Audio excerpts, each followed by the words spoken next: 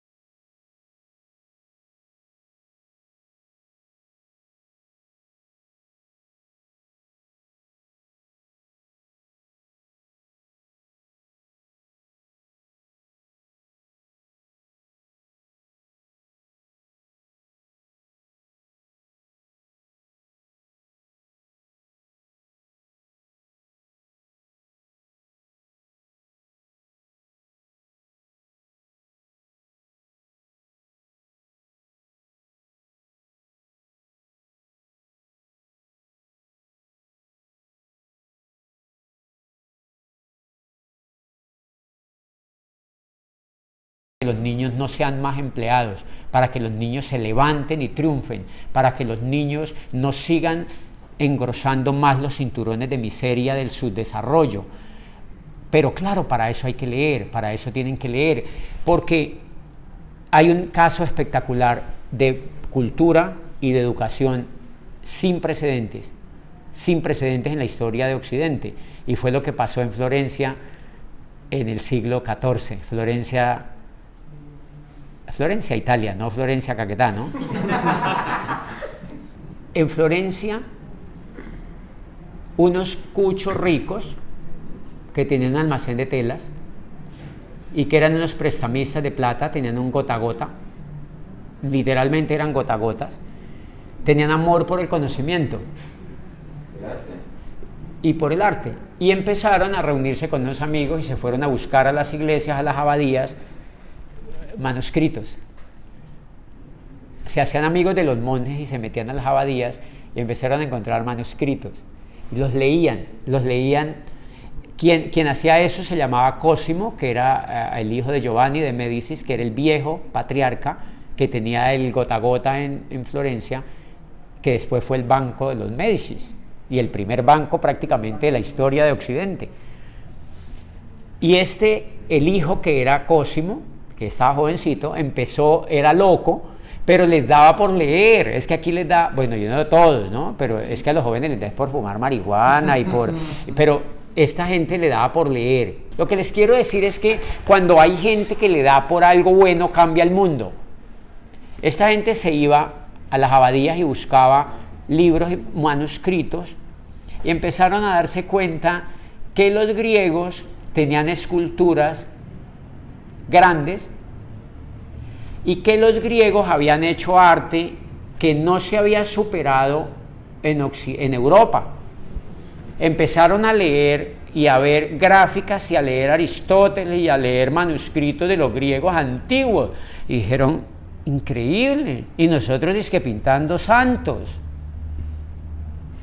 Estaba prohibido pintar al hombre desnudo. Estaba prohibido hacer esculturas de bulto, o sea, esculturas tridimensionales. La perspectiva no existía en la arquitectura. Y empezaron a darse cuenta que los griegos tenían perspectiva ya en la arquitectura, y de eso se dio cuenta un orfebre que se llamaba Filippo Brunelleschi, estaba joven. Y empezaron a unir todo ese conocimiento. Y un hombre que se llamaba, creo que fue Sandro Botticelli, le esculpió le hizo una esfinge a una cofradía que se le encargó de San Jorge, y se la hizo de cuerpo entero y le dejó la pierna así medio pelada, o sea, así como coquetona, le dejó como el pantalón así alzadito y como la verija viéndosele. Ay, papi, eso era caliente en esa época. Y los Médicis le dijeron a la iglesia, déjemelo quietico, que ese es un muchacho ahí que me me hace muñequitos, déjenmelo ahí quietico. Empezaron a hacer cositas. Y apareció Da Vinci. Y Da Vinci se metió a los conventos, a los hospitales de la época, donde estaban los muertos, y se robaba a los muertos de noche. Y los abría.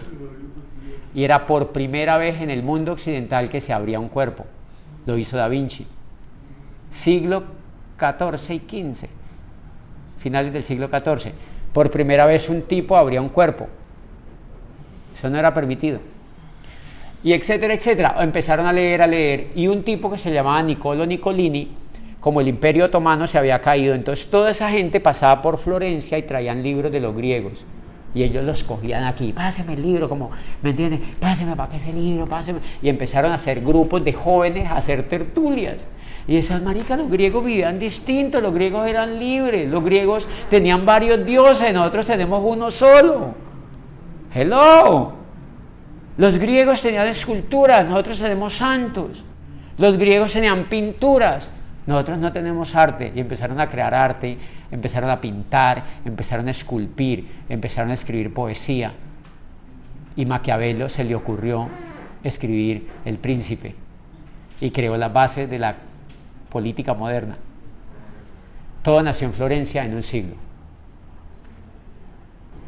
Lo que les quiero decir es que los libros cambian la historia, pero no es la biblioteca que pone el Estado.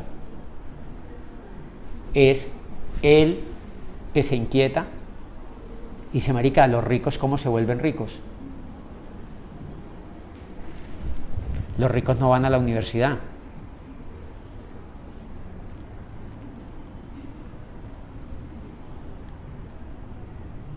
Entonces empiezan a pensar, no sé si me entienden.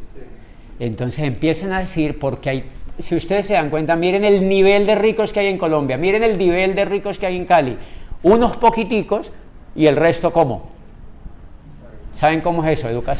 Educación paupérrima, educación malísima. La educación que le dan a los niños es perversa, es para que sean pobres. El colegio es para que sean pobres los jóvenes. La universidad está hecha para que los jóvenes sean pobres. Todas estas universidades, el ICESI, la Javeriana, la del Valle, todas estas universidades que tienen ustedes aquí o que tenemos nosotros aquí, están hechas para que los jóvenes se gradúen y trabajen para las multinacionales, para las empresas grandes, pero jamás para que sean ricos. Y los jóvenes juegan ese juego. Si un joven lee eso y se da cuenta de esa trampa en la economía, hace como los Médicis: voy a crear una escultura. Y hace otra cosa. De eso me di cuenta yo 10 años después de haber estudiado una carrera. Yo también leí libros, empecé a meterme manuscritos en la cabeza, empecé a encontrar libros y me di cuenta que ser profesional no era la vía correcta para mí, no sé para ustedes. Y tiré los títulos debajo del colchón y me volví empresario.